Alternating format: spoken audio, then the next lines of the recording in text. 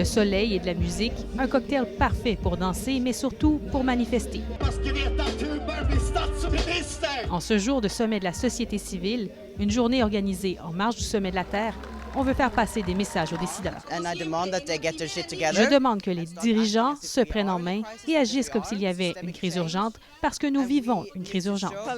Et l'approbation du projet canadien Baie du Nord fait aussi réagir. C'est un réel bourbier. Comment est-ce possible en 2022? Puis au micro, cette militante de la Namibie dénonce les activités de la compagnie canadienne Recon Africa qui veut extraire du pétrole et du gaz dans son pays.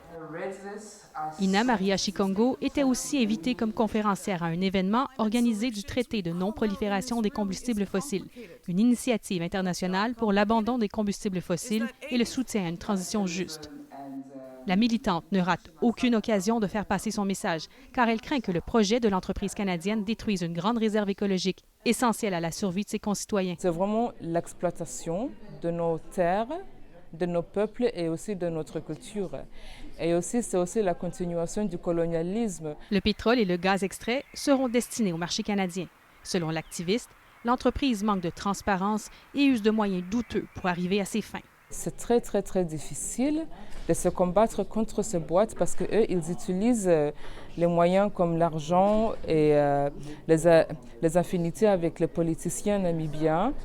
Et on ne peut pas se défendre. C'est pour ça que nous sommes ici. Yes, it's challenging. Pour la présidente du traité, le Canada a un devoir de rectitude. Canadian government take a hard look at the rules for Canadian corporations operating around the world and work to see what are the legal mechanisms that we can put in place to align our values and policies. Une position que partage Ina Maria Chikongo. Et moi, j'aimerais bien demander à M. Trudeau qui se nomme champion de le climat, comment ça se fait qu'il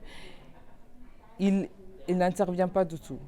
Le Canada a déjà une histoire de colonialisation envers les peuples indigènes. Les demandes sont nombreuses, le ton est pressant, d'autant plus qu'à la veille du sommet de la Terre, on craint que les pays du G20 instrumentalisent la guerre en Ukraine pour justifier une plus grande production de pétrole et de gaz. Ici, Elisa Serret, Radio-Canada, Stockholm.